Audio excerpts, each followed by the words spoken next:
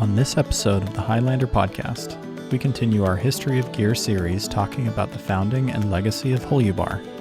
We talk about the founders Roy and Alice and their lasting impact on the industry.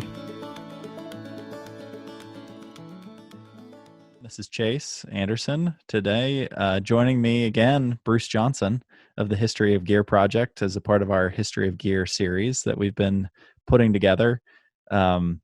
For those who don't know, we've been going week by week and diving into the research and history that Bruce has compiled on his History of Gear Project website, which we'll link to, and talking, brand by brand about some of the pioneering individuals and pioneer companies that really influenced the industry that we know today. Thanks for joining again, Bruce. Glad to be here. Yeah, today we're talking about Holubar, a company that Roy and Alice Holubar started in Boulder, Colorado, and the influence of that company, and we'll dive into the history and how that, it's kind of around that same time as Jerry, which we talked about last time. But I guess to start, you started off the Jerry conversation mentioning that Jerry Cunningham and Ann were recognized by Outdoor Industry Association as some of the outdoor industry's gear pioneers, right? And greatest pioneers. And Roy and Alice were also recognized at that same event, 1992, recognized by select little group. Mm-hmm. Yeah. So I thought it was important to make sure to make that clear at the start as well, that they were part of that elite company of gear founders, and we'll link to the complete list as well. But maybe to start, what is your interest in Holubar? I know you just love gear and the history of gear in general, but what does Holubar mean to you? I know you have a soft spot for this company in particular, and maybe tell us about your relationship to the company. It goes back to my first piece of actual quality gear, and that was a Haribar tent that I bought in probably about 1967 or something on that order. It was a beautiful thing called a Royal Light tent. It took me through lots of high places and blizzards and other travails, and that led me into knowledge of the company and their catalogs. I would devour. After another couple of years, I was wealthy enough to buy a Haribar Royal Light sleeping bag and was totally impressed by that. And so it began pretty early where I knew that it was a very, very high quality company with values that I really appreciated. I kind of failed to do this the last time we talked, but I think it's nice to hear, your first interactions with these products. We didn't do that with Jerry necessarily, but I think it's nice to know, what's the personal connection that you had with each of these products. And I think it gives the history even more meaning, right? Knowing that, you have an attachment to it. But going back to the beginning, we're going to kind of tread some of the same territory that we did in the Jerry conversation, because these companies kind of got going around the same era. But do you mind sharing a little bit about just kind of the state of the industry, the state of just that era that Roy and Alice were growing up in, and maybe how that influenced the company moving forward? The story of Haribar has some differences and some big similarities to the story of Haribar. The Haribars lived and worked and grew up and went to high school all in Boulder, Colorado, where the business was also eventually. So before World War II, they were active in the Colorado mountain clubs. They were active hikers and did some mountain rescue type stuff as well, but they were just well integrated members of the community, had been for years and years, but they weren't a business until after the war. So Roy really was the one who started the business, and that was right after World War II. And he was mainly importing gear from Europe in those early days, and he was helped greatly by his wife Alice, who was a German immigrant, was fluent in German and could contact people all over Europe, and she had relatives and other contacts still on the continent, so she could do things that other people in the United States really couldn't do very well. So they were an import business, and they weren't selling tents and sleeping bags and so forth. Eventually, two big things happened. Roy became aware of a new type of sole for boots, sole, S-O-L-E.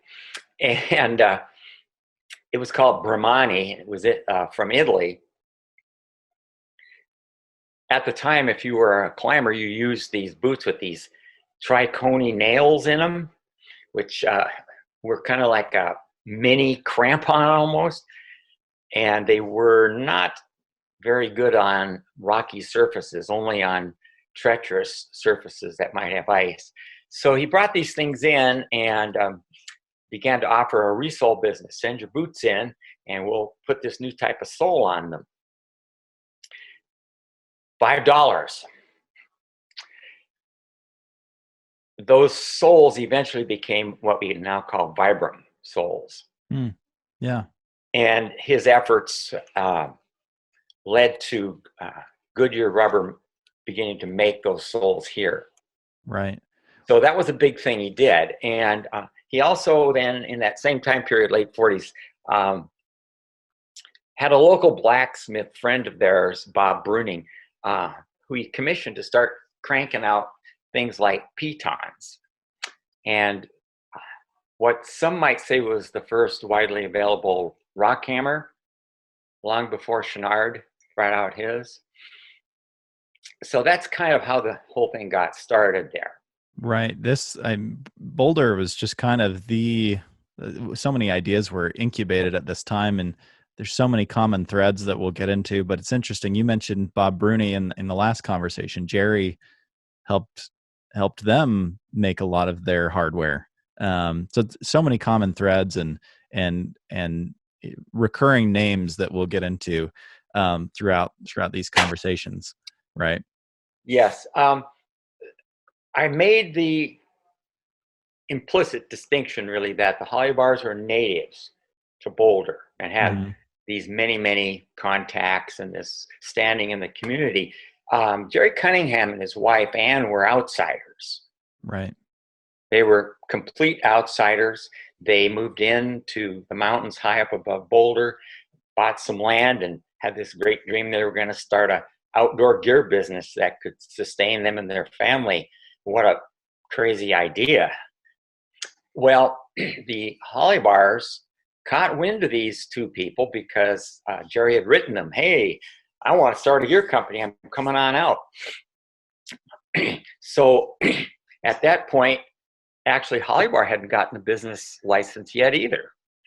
And so they went up to this mountain place called Ward, the Holibars did, and helped Jerry and his wife build their first house workshop as winter approached. And this was how things were back then. It was really kind of a welcoming and collaborative thing. And I wanted to characterize the Holibars as those kind of people. And I also wanted to read out of my book a short little piece about their whole philosophy of what they were and what they were about. If I could do that. Of course. Okay. It just sets the stage so well about who they were, you know? Absolutely. And you've got a picture of them too. So we'll put that up there. And I need to take my glasses off here to read up close. Only the best equipment is good enough. Our greatest motivating force continues to be our desire to earn the confidence that our customers place in us. In offering equipment, we make sure that the article will work right and that the quality is beyond question, while the price is as low as possible. We urge you to compare discriminatingly. We want high regard, yes, friendship. Of course, everyone who purchases from us. If it is our aim to give a little more than what is expected, we care very much how you feel about us. In fact, our aim will always be to win and to hold your confidence, to add to the pleasure of your every outing with equipment and service that is dedicated to the success of your ventures. Really a personalized statement, and it wasn't just words. As I learned in my research and talking to ex-customers and people who work for Haribar, they meant every word of that. And Right. they carried through with every word of that. If any customer had questions or problems of any kind, they were just totally right there for them on a really personalized basis. Right. I imagine that focus on quality probably came from the fact that in those early days they were making everything. Alice was behind a sewing machine making the products herself, right? And so you're really staking your reputation on your own craftsmanship, your own handiwork, and then you put your name on something, right? The company holds your name. You don't want to tarnish your own name, right? So it seemed like maybe that was part of what, really, they've really focused on that quality piece. Well, she was, this is a stereotype, of course, but she was very much a perfectionistic person who came from Germany and had very high standards for everything. Where did they develop this love? We're going to go back a little bit. Where did they develop this love for the outdoors? You said they were very active in the climbing community in Boulder. They were very active. Where did that come from? Who taught them these activities? Did they, did their families teach them that? With Alice, I know she had relatives that were climbing the Alps, right? And that's where their connections came from. When they started importing gear, where did this love of the outdoors and awareness of these activities come from? Well, with Alice, she grew up on it was several 100-acre ranch up in the foothills near Boulder. So she grew up in a real outdoorsy setting like that. And Boulder at the time was, of course, very small too for Roy, even though he was growing up in downtown Boulder. He didn't have parents who were people who were big climbers or anything like that. I mean, this was, for him, this was a long time back before climbing was really a big deal around Boulder. But he was certainly an outdoors person, and he loved fishing. He loved getting up in the mountains. I have pictures of him carrying these horrible kidney buster packs that look as big as he is up into the Rockies to go fishing. So that's kind of his background. Yeah, I was going to say it was, for him was Lloyd Nelson an influence on him? Did they have interactions, or he was using one of those packs, kind of a Lloyd, some of those packs Trapper from that Nelson time? type pack. Yeah. I've never seen him in one that was actually a Trapper Nelson. Okay. But it could have been. Right. What's the one you shared with me a picture of, him carrying this large pack? That could have been one of those Duluth packs. Yeah, there were various kinds of kidney buster, I call them, packs that had been used before World War II. And then in World War II, of course, there were some packs that came out of there that were just the same kind of thing. Kidney busters, right. Out of cotton duck and so forth. It seems like they were some of those founding members of, I imagine there was a climbing community, but they really helped solidify it. From the reading that I've done, being a part of, it sounded like he started teaching people how to climb after they got married. You know, the group that they eventually, you know, helped create became the Rocky Mountain Rescue. It just seems like they were a part of that founding group where maybe there wasn't a lot of climbing infrastructure around that time. Yeah, yeah. I suppose many people don't think about, well, when did Mountain Rescue get started as an organization? Well, basically, it was probably in Colorado around the Boulder area, the Rocky Mountain Rescue Group, in the again in the late 40s. And can you attribute some of that again to maybe this lack of knowledge around how to do these activities to, or an increase in the amount of people who knew how to do these activities to people coming back from the war and given that training, like the 10th Mountain Division, you know, veterans coming back and having learned how to be mountaineers and how to ski and how to climb, coming back with that knowledge and increase in people in that region being able to participate?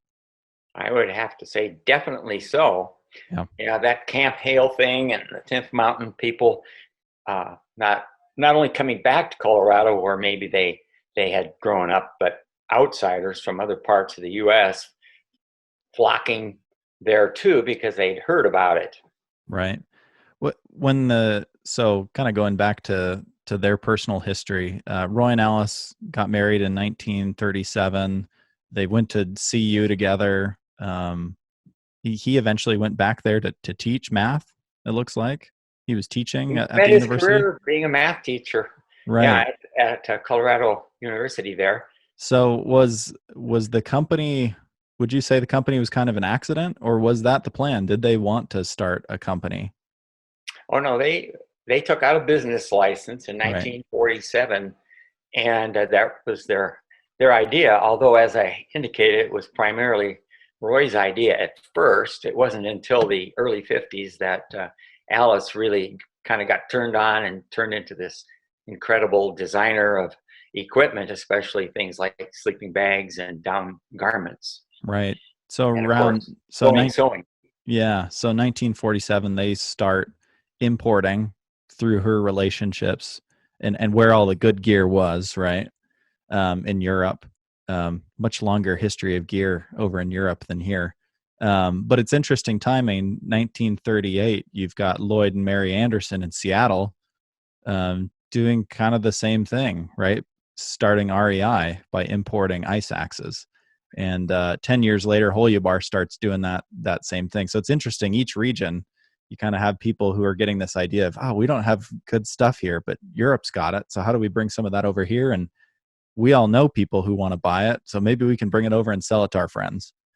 Yes, and you also have the influence of World War II materials, in particular things like nylon, parachute cloth, and other such things, the crappy down sleeping bags that they used in the war. Haribar was also initially selling a bunch of that kind of stuff that they would get through their connections with Jerry Cunningham, who was a veteran.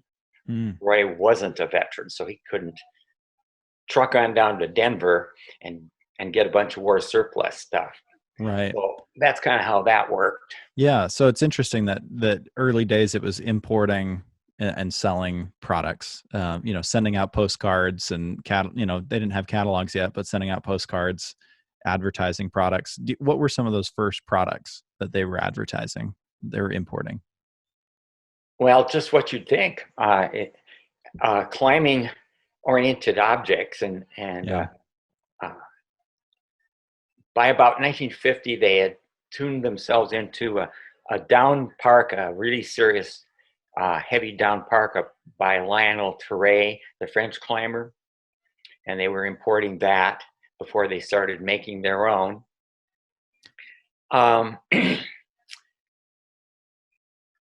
As you'll see in the picture of Alice and Roy Holubar, he's wearing a Tarouillean hat.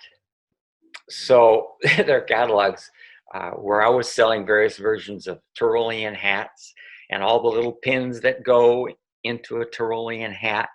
They were selling lederhosen and just a bunch of stuff that was early and very derived from the climbing community of Switzerland, Austria, Germany. Right. So what was their first product that they created and sold? Well, they had some early stuff that they made that never got in any catalogs. Okay. The earliest versions of their tents weren't in catalogs and just went out to a few climbing friends that happened to know about them. When would that have been? That was right around early 50s. Okay. So they started kind of their first catalog in 1950. Is that when the logo first came about? That I can't remember what they used for a logo on that catalog. I could look it up easily enough, but there's a story on that first catalog. They actually didn't publish it for about 2 years. It didn't come out till 1950 because Alice said to her husband, "Look, if we put out our catalog now, we're gonna destroy the business of Jerry Cunningham and his wife and their kids up in the mountains there. So let's hold off a little bit." And they did. So that's kind of the story of that. The first catalog actually was just a black and white, almost like, I don't know if it started off as a photo, but it looks more like a drawing. And it has a Tarouillean traverse to a feature of up above Boulder in the Flatirons called the Maiden that Roy climbed or was dragged up at one point.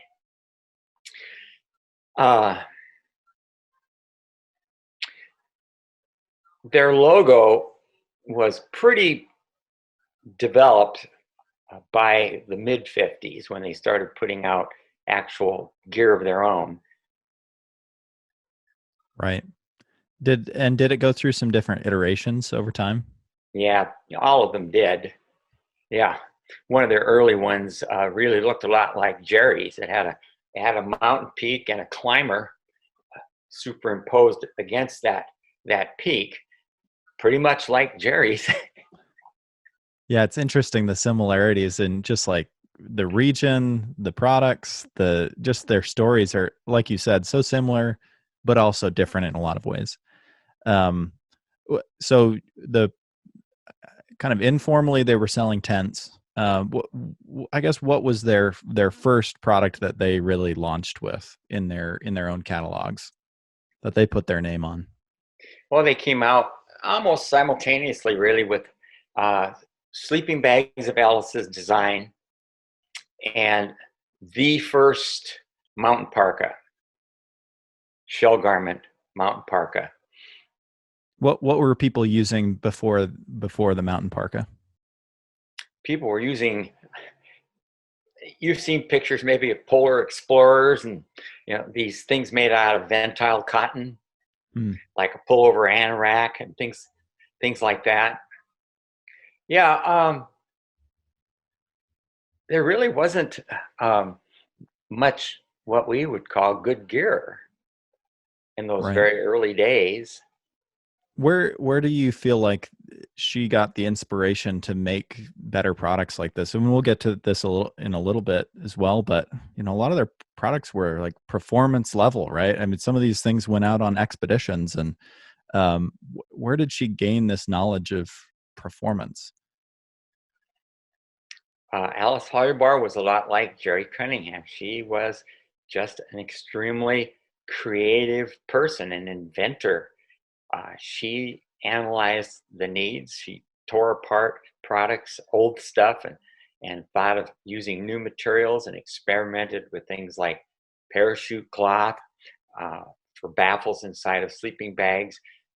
She almost invented really baffles, the concept of baffling, and then perfected baffling that was just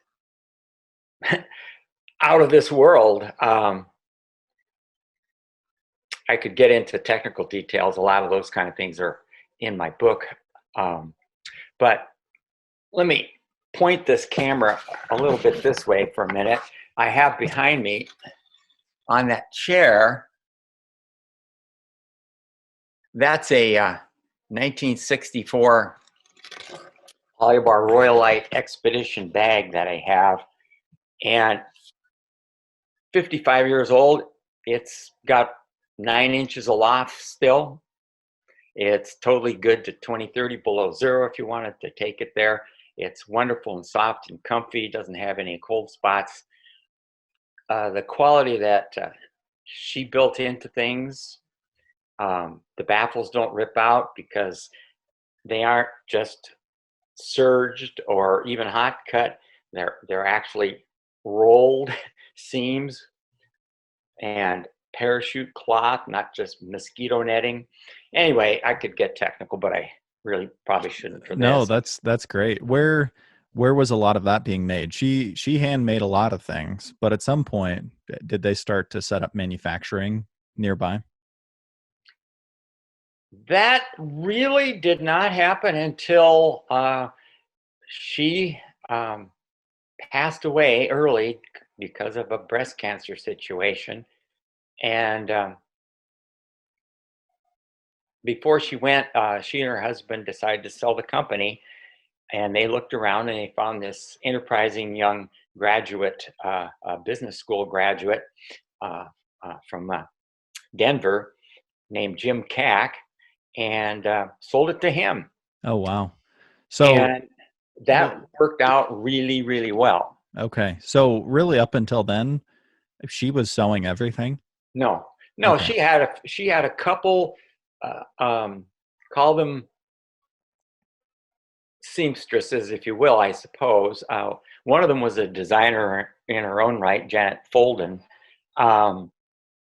So she had some other people sewing, but not many, and it was still basically a business in the basement scenario. Right. So and a lot of this again was run out of their home in Boulder. Yeah. And again, so many innovative things coming out of that place. But maybe we can, before we get into, when the business sold and what happened after that, maybe we should go through some of the firsts. And you touched on one kind of at the top of the podcast, at the top of the conversation about Vibram or Brahmani. And really, do you want to touch on that again briefly? I think that'd be helpful just to share. What was that first? Well, mountaineers in the old days, this came out of Europe, were boots that had these weird cleats made out of metal on the bottom of them. You'd never want to walk them across your laminate flooring. And that was kind of their compromise in Europe for how to be safe footing in the mountains where you might run into mixed snow and ice on any given climb. So that's what Americans were using in those very early days too. And so Roy's big thing was he discovered that Italy had started to make out of some rubber compound these soles that weren't metal, that didn't have nails in them, and were an option, and they were being used over there. So he imported a few and decided that they were saleable, and then he developed a whole little business of people could either buy the soles and take them to their own shoe person, or they could send their whole boot in to him, and he had a local boot maker guy who would resole the customer's boot, and they'd send it back. And that's the company that would become Vibram or Vibram. Roy began to have some profile in America about these soles. He had contact with Goodyear Rubber Company, who started to produce something like what we would now call a Vibram sole. Now, I don't know, I never traced down the history of the company called Vibram. But anyway. So he was buying from Brahmani, the man Brahmani? Okay, which Brahmani ended up starting, the company became Vibram. It could be. Yeah. That I'm not, I never have investigated that. Yeah. Yeah. That was, Yeah, the Brahm in Vibram or Vibram is for Brahmani. Super. Yeah, Super. Well, thank you. of course. I only know that really because they came to campus and shared that history with us. So Did they? yeah, Ah, yeah. wonderful. Um, I'll have to dig into that myself a little bit more. So really, bringing some of that rubber over to the U.S., kind of introducing resoling, just a new type of climbing shoe and a new type of rubber for the market. Another first, the mountain parka we mentioned. Um, another first, just the sleeping bag design. Anything in particular that was really unique beyond the quality, like itself, or was construction different? What was it about Alice's sleeping bag designs that were truly unique? Well, when you look at a sleeping bag in total, there's a lot of different design features in a quality bag that one doesn't really appreciate unless you really start kind of tearing into it. And each of those had to be, you might say, discovered, thought through, perfected over a period of years. And Alice was just constantly doing that, like a choice of shell material for the bag, a choice of interior material. It's not just about durability, or it's not just about downproofness. It's not just, it might be how it feels against the skin. So the shells on their bags and the interior materials went through various modifications. This bag behind me here is covered with one of the first things that they really perfected, French nylon, which, yeah, it came from France. It's a very, very tight weave taffeta that feels incredibly soft and wonderful up against the skin, but it's downproof. It's very, very soft, easily stuffed into a stuff bag and so forth. Later on, you got other nylons that were ripstop type nylons, like what we might see now. And so they would experiment with different weights of those. Typically, they settled in the later years on 1.5 ounce. Although their ultimate bag, what they call the ultimate bag, they used a 0.75 ounce ripstop for that. Right. Which I've never seen anybody else even attempt. But this bag had 166 individually sewn down compartments in it. And it was good to like 40 below zero. You couldn't even use it unless you were like in the Himalayas. Well, speaking of that, they ended up making product for some pretty extreme environments and some pretty impressive expeditions. Do you mind sharing a little bit about what those were and where some of this product ended up and who they ended up working with? Yeah, it's kind of interesting because, as I've mentioned, they and Jerry Mountain Sports, Haribar, Mountaineering Ltd is what they call themselves. After a while, there in the 50s, there was a division of labor, you might say. Haribar became known among the serious expeditions as, wow, the best down gear and the best sleeping bags. But Jerry captured the tent market for the serious people. And yeah, Jerry had down sleeping bags and a great big down expedition parka they called the Andean. But really, there began to be this nice division there. And climbers were constantly coming into Boulder to source their materials, to try on stuff. They'd go up to Jerry's, try on stuff, talk to Jerry. They'd go down to the basement of Roy and Alice's house and try on stuff and decide what they wanted. Yeah. That's how it was. It was Right. very convivial and close-knit kind of thing. Right. So what expeditions did they participate in? There was in Antarctica. expedition. Is that right? Yeah, Jerry also.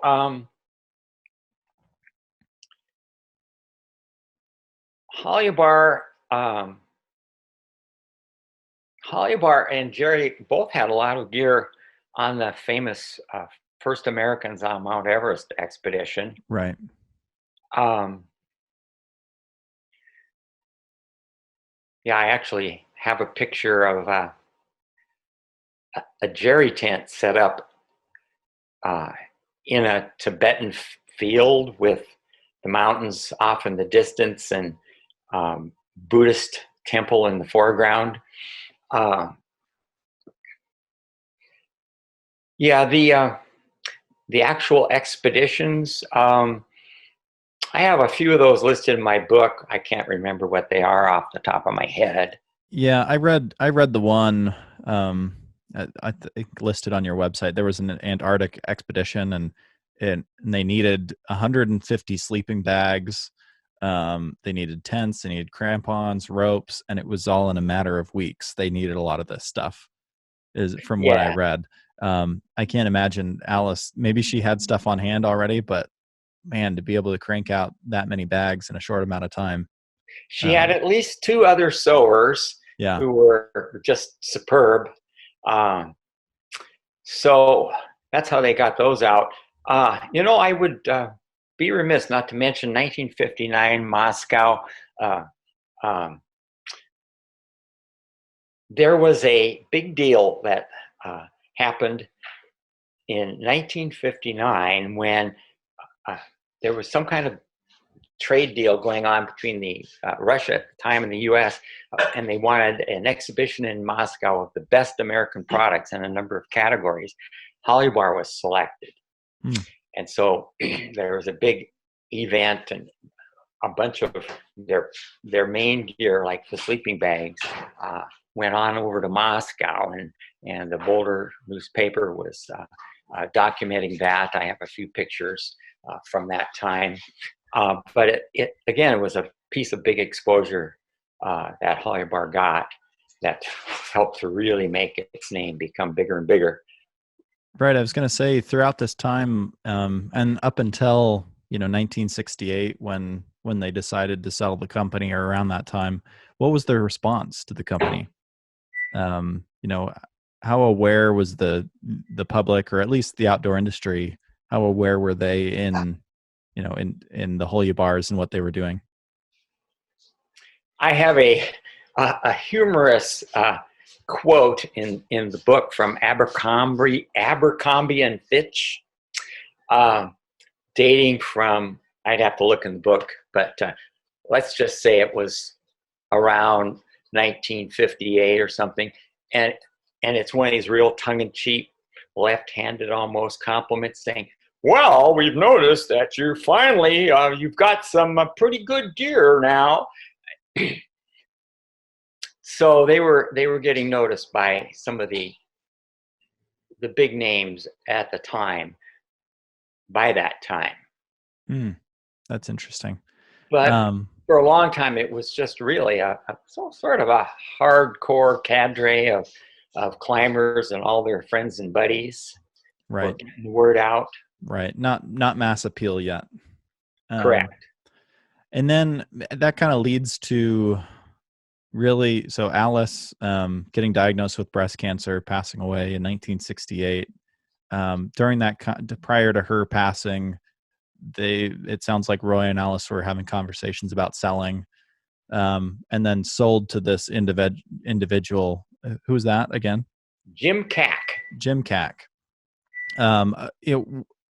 What happened in that time? You said it was a good time for the business. That acquisition for the business, because this fellow, and I've met him. He was not only a great businessman, but he was a great leader for the company. So he had such employee loyalty, you would not believe what I've heard again and again and again from ex-employees who still love the company like crazy. And I got invited to a Haribar reunion in 2008 where people came from all over the U.S. and met with one another and relived old times. So he really took the company mainstream. Right. And Haribar began to have a huge reputation in the U.S. during the 70s. Right. I was going to say 1979, they opened a lot of retail stores. We even had one in Salt Lake. That's right. You had one in Salt Lake City. Yeah, there were stores. It looks like Minnesota, Utah, Arizona, California. From what I read, there were 9 stores about there. So really, what helped propel the product mainstream? You know, they started opening these retail shops, but was it just the right time, right place? And what did they do in particular to help grow the business? I have to say that at that time when Jim Cack took over, there was already the beginning of a tidal wave of interest in backpacking and hiking. There was Earth Day, 1970, Sierra Designs and North Face, Mountain Safety Research. They'd all really got going. Other companies were getting into the mix right at that time too. Snow Lion and the Berkeley zone and Wilderness Experience. I mean, there was just a tidal wave of interest going on. And so when Jim Cack took over, he got to build on that with the huge reputation of the Haribar brand for quality and just being the best of the best. So he did not disappoint. He maintained the Haribar quality standards. He did a really great job with that and was a good leader of the company, as well as just having such good business sense. Right. And then eventually he sells the company, it looks like, or it gets sold. There was this he wasn't a climber. He wasn't a backpacker. He liked to fish. He enjoyed Colorado. But he wasn't in it for the long term. And after the company got highly successful, he sold it to Johnson Wax. Mm-hmm. And that wasn't just a willy-nilly thing, and it definitely wasn't Johnson Wax swooping in like some corporate raider and taking them over. Their employees, Jim Cack and the employees, went to Wisconsin where Johnson Wax was headquartered and got to know the people and decided this was a really good fit, that Johnson Wax would do a really good job taking over. It didn't work out that way, but that's how that happened. When did that happen? That happened around 76. Okay. And there was a bit of a gradual transition. I mean, it didn't happen instantly. Right. And it looks like Johnson Wax. What were they known for? Johnson Wax, but also they had a bunch of other brands. Right. Like they were kind of a large parent company. And a bunch of stuff like that. But at the period of acquiring Holubar, they were also acquiring a lot of other brands, Old Town Canoes and Coleman and a bunch of... Yeah, Orvis, Eureka. Yeah, uh-huh. And then from there, why didn't it pan out? Because they eventually sell to the North Face in 81. Yeah. What ended up happening there with the company? Do you happen to know? The employees basically would say that it just wasn't a good fit. That's what they said. It wasn't a good fit. Johnson Wax just really didn't understand the brand. They didn't understand the loyalty of the customers. They didn't understand just the whole scene of Haribar and its climbing routes, and they just didn't get it. And nobody was really to blame, but it just didn't work. And so Johnson Wax um, how shall I say it? Well, they got out of it. Right. Yeah. And They sold it off to the North Face.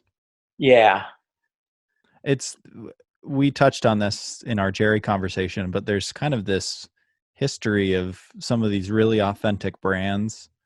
At some point, the founder or the founders are no longer a part of the company, and they end up getting sold and traded hands, and there's kind of this corporatization that happens. You start to see some of these larger parent companies buying up all these brands, right? And some of them not outdoor companies buying up brands. yeah, And we were, maybe once we get through a few more brands, it'll be interesting to look back and compare and contrast. Which companies was that a good decision for? What was the outcome of being acquired, and what did that do to the company? But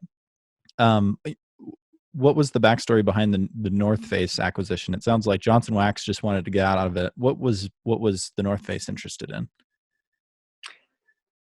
North Face, of course, was a brand that was by then well established Mm-hmm. and had a real reputation as a kind of a climbers company too.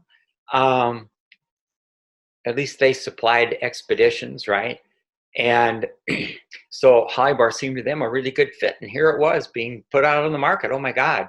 So Hap Klopp was excited, and he wrote up a page-long.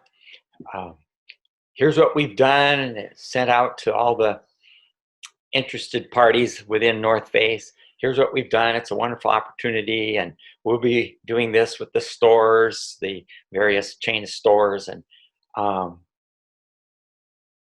that just didn't work out either. Although it took several years for it to kind of wind down after that. Right. They were bought in 81, and it looks like the brand, it's like 85. It kind of just stops existing, just kind of, The you people stop in seeing it. uh, those later years who worked in the stores would say things like, well, there we were. The sign on the outside of the building said Holibar, and yet we'd get our paychecks from North Face.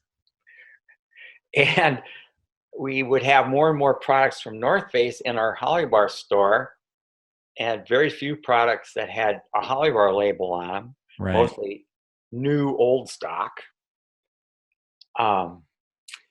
And finally, in 85, some people in Boulder said that the last remaining store, they remember when one day a work crew came and took down the Holibar sign and put up a North Face sign, and that was it. Wow.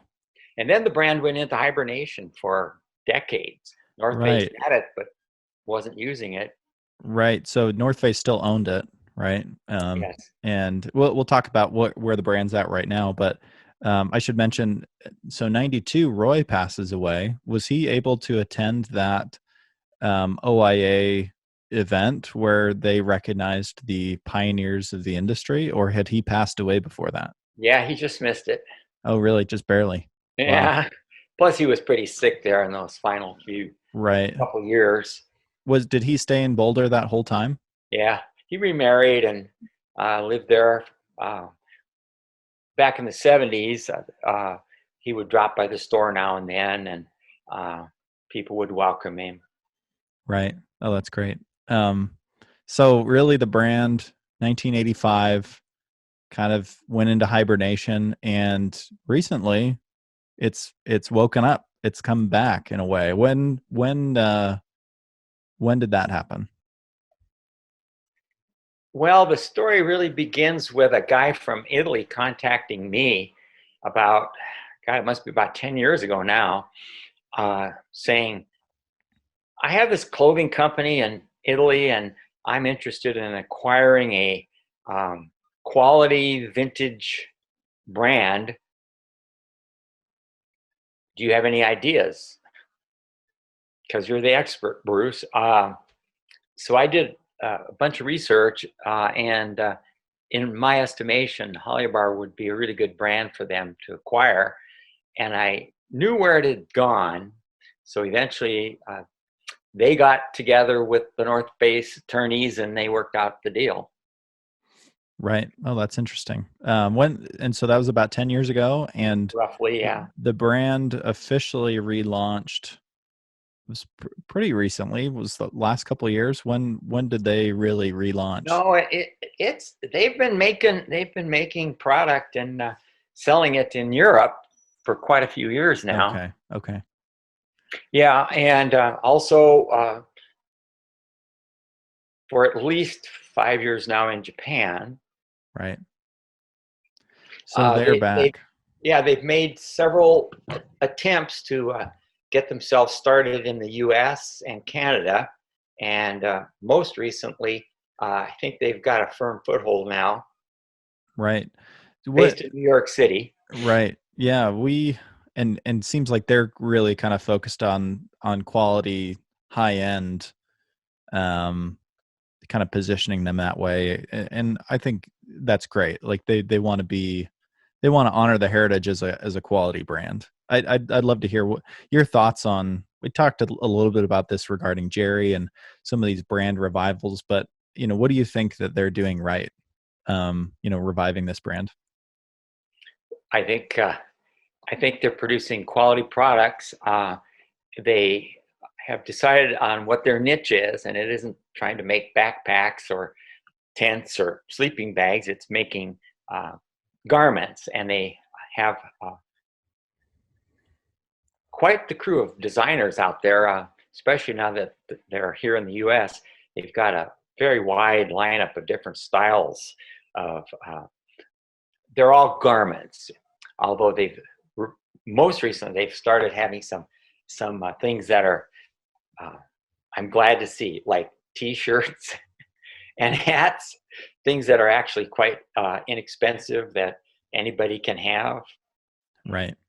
Well, it's been fun to see them come back, and we talked about this a little bit. I foresee more of that coming. Right. I think people love a story, and they love a brand that has a history.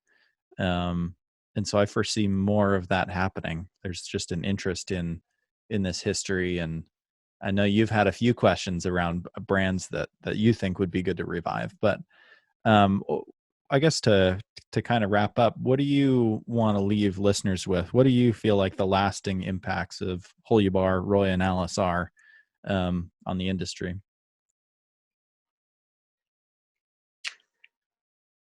They're a story of two people who began a business in a basement and focused on the right things, which were a quality product and a real commitment to their customers. And never failed in that mission. Right. The fact that they did things like get mountain rescue in Colorado going, yeah, those are important too. But within the history of gear, I think that's what the company is rightfully famous and important for. Did you get the chance to talk with Roy at all? Did you ever get the chance to talk with him? Or I know you got to talk with Jerry towards the end of his life. Did you ever get the chance to sit down and talk with Roy? No. That was before I began this whole project of mine. Yeah. 92, I really didn't get going until 95, 96. Oh, okay. Yeah. Did you ever hear, or ask the same question about Jerry Cunningham? Did you ever hear, how Roy felt about his legacy? Did he see it as a legacy? I know Jerry didn't necessarily feel that way. But did you ever hear from other people how, what Roy thought of the work that they did? I didn't. The fact that he would hang out in the stores when they were still there tells me that he valued that and liked being a part of that. Right. That's as much as I could say there. Right. No, I think that makes sense. Well, any parting thoughts on Holubar, what it means? If not, we'll wrap up and turn the page and focus on another brand next time. But any parting thoughts that you have on the Holubar brand? I'm glad to see it back, because it's one of the most significant names from the classic era, from the very early pioneers, and it's really great to see it back. Yeah, great to see it back. Great to look back on their past and looking forward to their future. I know we've been in contact with them as well, and exciting to see what they're working on. So I did not give proper attention really to the role that Linda Holibar played in both the company and in the making of my book. She was their only child, and kind of as such, she was really involved in the business and was extremely knowledgeable about what went on and who did what. And she sewed some stuff up, like the sleeping bag stuff sacks.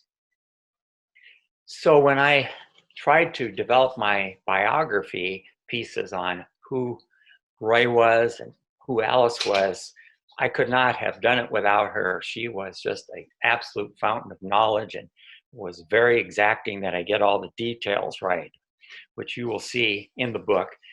Well, thanks again for just, for all the work that you do, the research that you've put into this work. I'd recommend anyone get the book. We'll link to your website again. And there's so much more you could dive into by reading your work. But yeah, I do want to interject since I self-published the books, they're way too expensive that way. They're very much worth it if you have the money, but I also offer PDF versions, which are very much less expensive. Right. Yeah. And that's on the website too. Oh, that's great. Yeah, perfect. Well, thanks again for taking the time and sharing, all this great history about the Holubars and your connection to them. Thanks for listening to the Highlander Podcast. Subscribe and listen for more outdoor stories and content wherever podcasts are found, on HighlanderMag.com, and each Sunday at 4 p.m. on Aggie Radio, 92.3 FM in Cache Valley.